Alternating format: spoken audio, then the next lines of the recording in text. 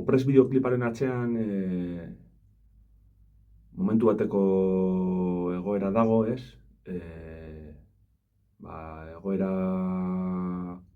gainditzen ninduen, eta ezin nuen kudeatu, telefonoan ere gauzak agertzen ibili zitzaizkidan gutxi gora bera 4 urtetan zehar. Da, bueno, Dinamarkara joan nintzen, eta han galdetu zidaten ia oprimiturik geunden, ez?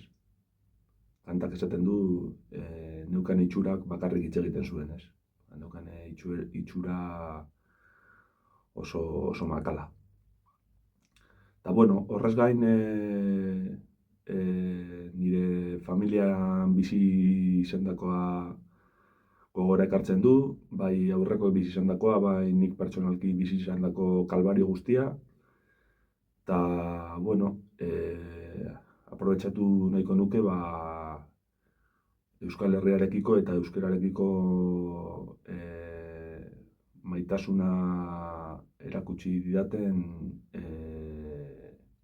Amama Sabine, Tia Miren, Osaba Anastasio, eta hemen argazkian daukadan Osaba Antonio.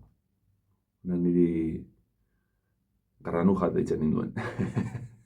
Fitok esaten duen bezala, menos mal que fui un poco granuja.